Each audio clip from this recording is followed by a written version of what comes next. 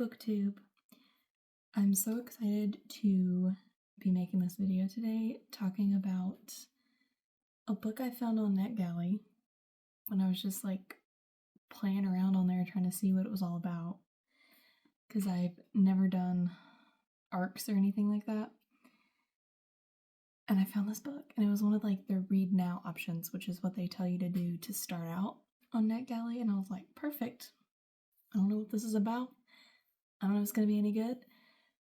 It's like, I'm going to read it. I read this book in 2 days. And I love this book. Like, it will always have a special place in my heart. Not only was it my first ARC, but it was also really good. So it feels kind of like a little hidden gem, and I want to talk about it because it is releasing on the 21st of April. So here in about 3 weeks or so. It is called The Spring in Trulee Holler by Jana Hutcheson. This is her debut book, and I think she hit it out of the park. So I'm going to read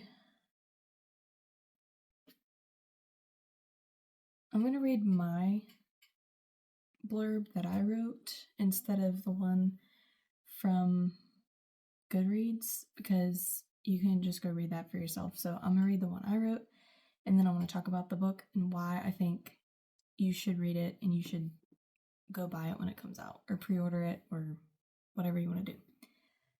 Jessica Lockhart is terrified to die. After losing her mother, grandmother, and surviving cancer, she feels as though her life has been put on an indefinite hold. The fear of her cancer returning haunts her every decision. Everything changes when she meets Silas Haney.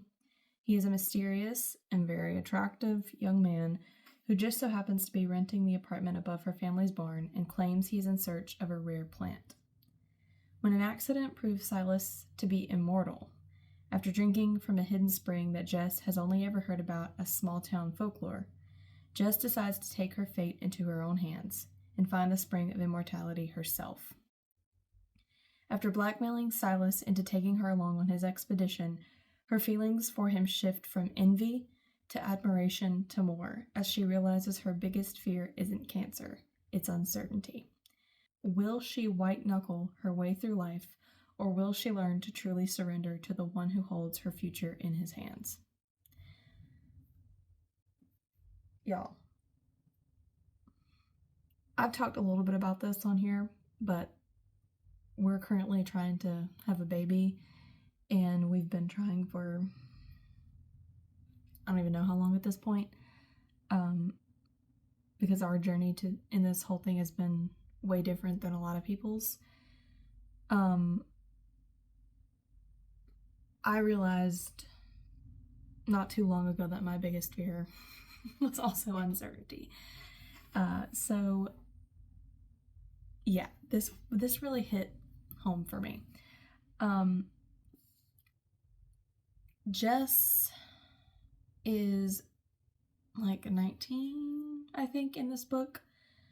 And so this is what I would consider like new adult kind of. The main character is a college age. She's not in college, but she's college age. So I feel like it's not necessary. It is considered young adult, but it could also be new adult. And I've not read a lot in this category. And I feel like I need to read more of this because it's a good like sweet spot between adult fiction and young adult fiction. I enjoyed that, which has nothing to do with the book, but that's a revelation I came to while reading this. But I loved Jess and Silas as main characters. Jana did such a good job writing them. They were not like two-dimensional. They were very nuanced and full of joy and grief and love, and they both, in different ways,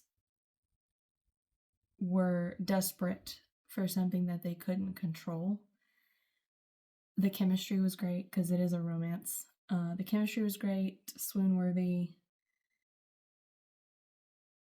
And Jess's fear of the uncertain of her future is so raw. Like, I I was like, did this author get inside my head and steal my thoughts? Because this is, I mean, I don't have cancer, but this is like, I think these same thoughts. The plot was great. It was like a good romantic suspense movie in book form. Okay, the plot moved really, really well. It's a small town in Alabama, so anybody who loves a small town story is going to really like this because the author did a really good job of bringing the small town to life. All of the side characters and the setting, I was like, oh, this is just, it's perfect. It does, obviously, with the whole immortality thing, have like fantastical elements, which I'm not a huge fantasy reader, but I enjoyed this because it was more so like folklore rather than fantasy. Because like every small town in the South has like its own unique legends and stuff like that. Or not everyone, but it's especially in Appalachia, it's like folklore and legends are like a huge thing. That's what it felt more like than like a fantasy book, which is like what it is. I mean, I didn't feel uncomfortable with the element of immortality because it was framed, and I'm not kidding you, so well by the context of faith in God. The faith elements in the immortality part of it were great, but also in Jess's storyline with her cancer and like how is she going to get through this, and her like crying out to God and throughout the whole story, but also like her relationship with Silas teaching her that there's a reason why God makes us mortal and but that there's a reason why life on this earth is uncertain. Like the way he talks to Jess, the way Silas talks to Jess about these really deep themes is just so like amazing. It makes the reader, so it made me ponder like larger questions of what would I do if I was immortal? Would I want to live forever? You don't really like think about that until you're faced with a character who is living forever and the complications that come with that. And what are the moral questions about immortality, you know? I just thought all of those elements were done so well and they blended together so seamlessly, and it was like you're reading this story and you're enjoying this story, you're enjoying this romance that's brewing between Silas and Jess, and you're like wondering how this tension is going to be resolved because he's immortal, she's not, she could have cancer, she's also like having these symptoms and she's having these tests done because she thinks her cancer's back, and you're like, oh my gosh, what's gonna happen? And then you're hit with these questions of faith, you're hit with these like big questions that you don't think about on a daily basis. So just really good stuff. As far as content, or not necessarily content, but like any kind of trigger warnings that need to be addressed, obviously cancer diagnoses, I don't know what's the plural of that word. Cancer, like being diagnosed with cancer, the treatments and the aftermath of all of that is a trigger. It's not like necessarily in detail, but it's such a big part of her life that it's like in almost every chapter because she's constantly thinking about it. Grief and losing a loved one is a really big one. Like that's one that might be something that you'd consider avoiding if this is a hard thing for you to read. So those are probably the two biggest like trigger warnings. And then there are, questions of faith, immortality, that type of stuff. But that doesn't bother me, because as long as it's framed in a theologically sound way and it's not like leaving it open-ended, I don't really mind that, because it makes you think, But if that's something that bothers you, depictions of fatal injuries sustained during an accident. So this is only one time, and it's not terribly gory, but it does go into pretty great detail about how a character is injured in an accident. So, yeah. And like I said on my review, while none of these are particularly in-depth or graphic, it is worth assessing yours or your children's headspace and life experiences before reading. As far as content goes, I gave this 4 stars. I would say probably more like 4.5, but you can't do that on Goodreads. And I didn't want to round up, because there is a couple things that kept this from being a 5-star read for me.